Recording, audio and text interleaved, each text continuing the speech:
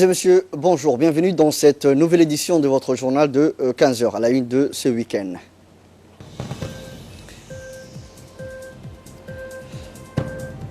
Le Premier ministre clôture le forum des adolescents et de jeunes acteurs du développement. Dans l'actualité internationale, en Nouvelle-Zélande, l'homme poursuivi pour les attaques de Christchurch plaide non coupable. Le Premier ministre Abdelkader Kamil Mohamed a présidé hier après-midi à l'hôtel Kempinski la cérémonie de clôture du forum des adolescents et de jeunes acteurs du développement.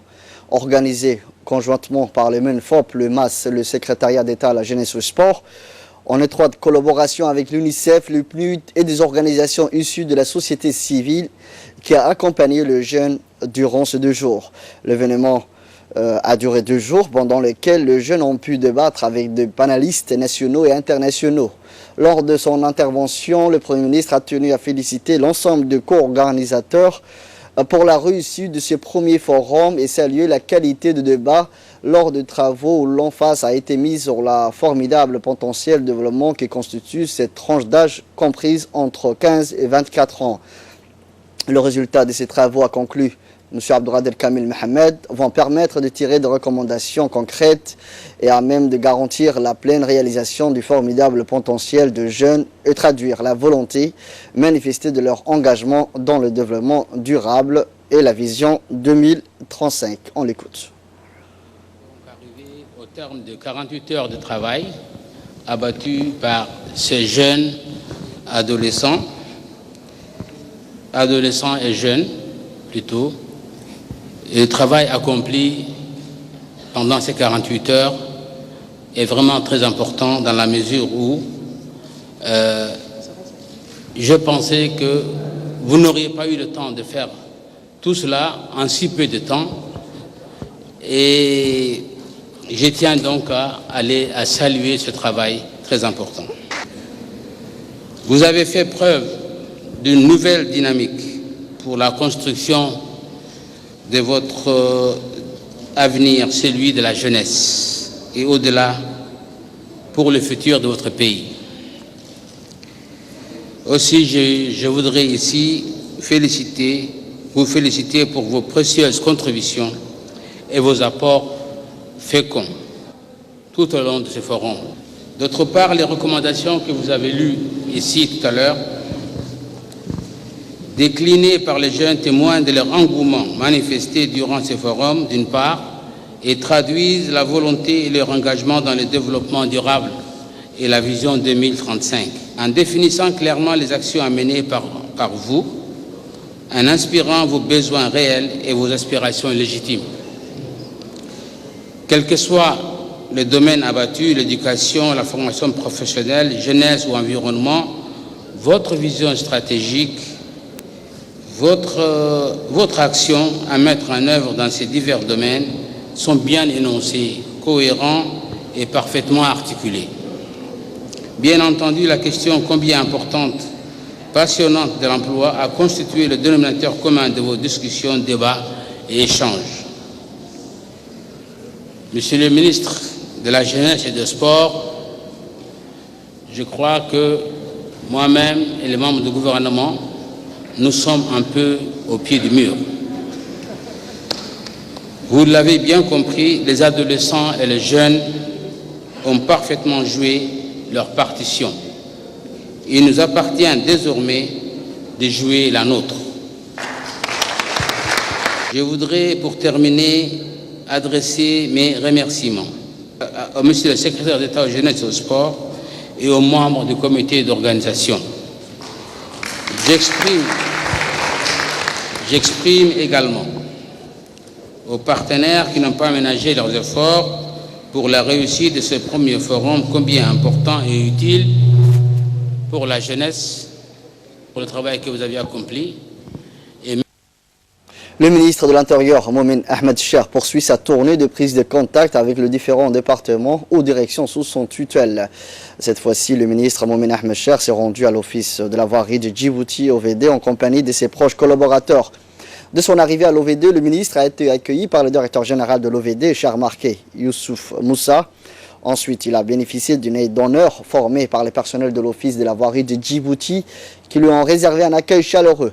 Avant d'entamer sa visite, le ministre a eu un entretien avec le directeur de cette institution, en l'occurrence, M. Charmarke Youssouf Moussa.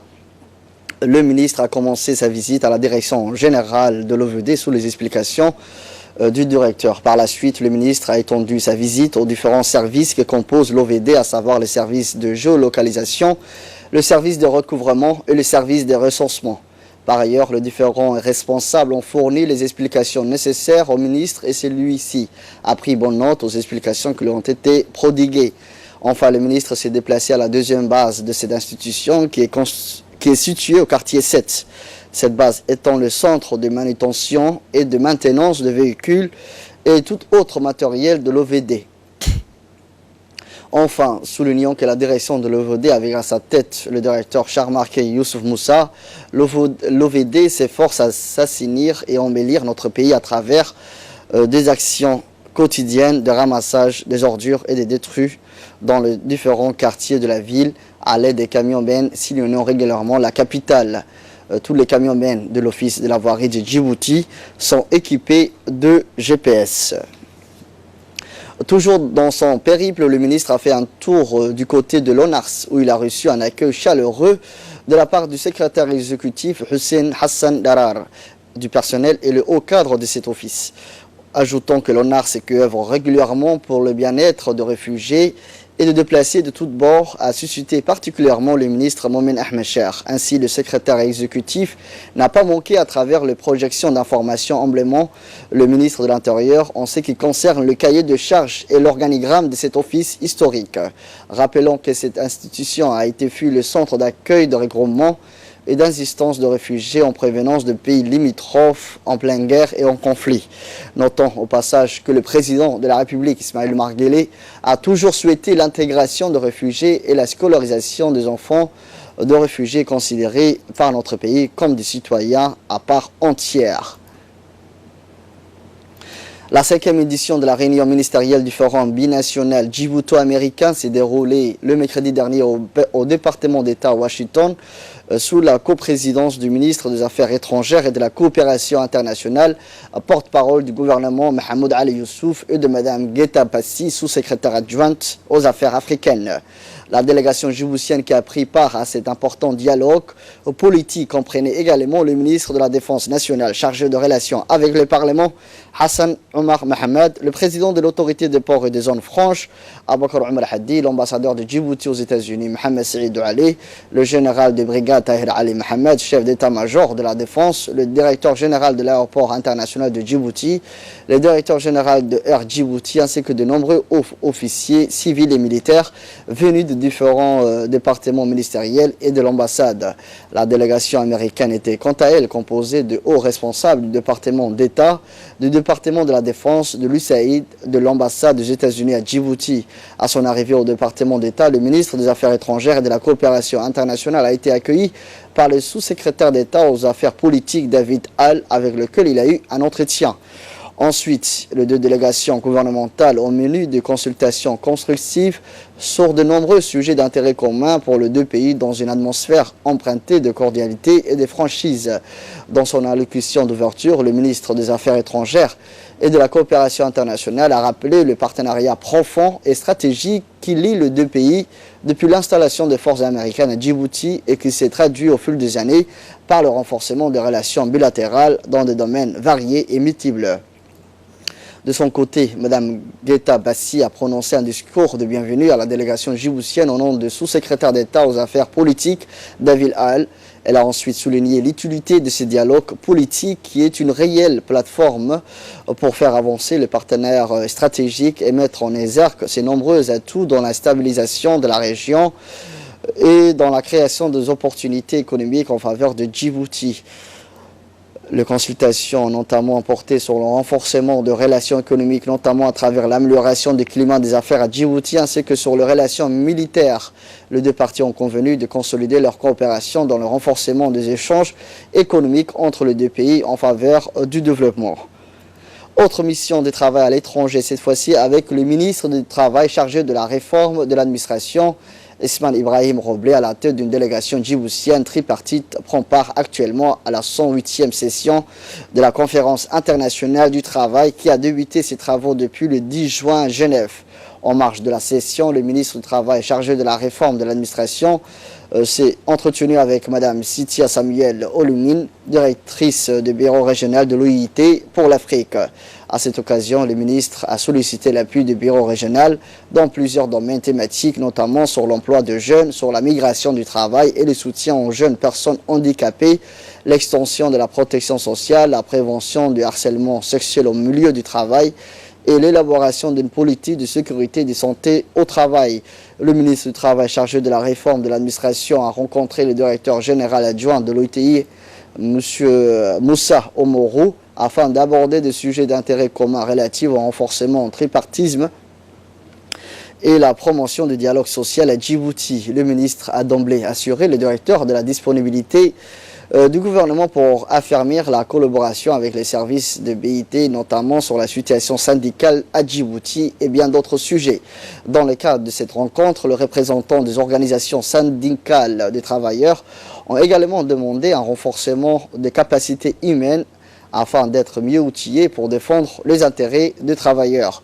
Le directeur général adjoint de l'OIT a salué d'abord le respect du tripartisme dans la délégation djiboutienne et l'effort déployé par le ministre du Travail pour renforcer la coopération entre l'OIT et la pluie de Djibouti.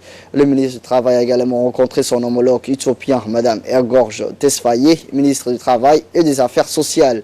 La discussion a porté sur le renforcement de relations bilatérales entre les deux pays dans l'optique de collaborer désormais dans des domaines stratégiques liés à la coopération régionale, à la régularisation des flux migratoires et à la coopération en matière d'emploi et affaires sociales, la sécurité sociale, l'expérience de l'utopie dans le cadre du programme Pays pour le travail décent.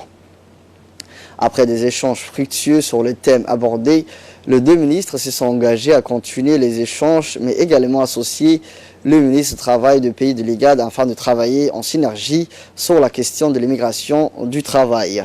Enfin, le ministre du Travail a eu une réunion du travail avec la directrice du département de la protection sociale, Mme Valérie Smith et son staff. L'entretien a porté sur la situation de l'assurance maladie universelle à Djibouti, après avoir présenté un tableau sur l'historique de la mise en place de l'AMU et de l'extension de la couverture médicale universelle aux réfugiés. Le ministre a demandé à la directrice un appui technique pour pérenniser ce système dans cette optique. La directrice a exprimé la disponibilité de ses services pour nous accompagner dans cette mission.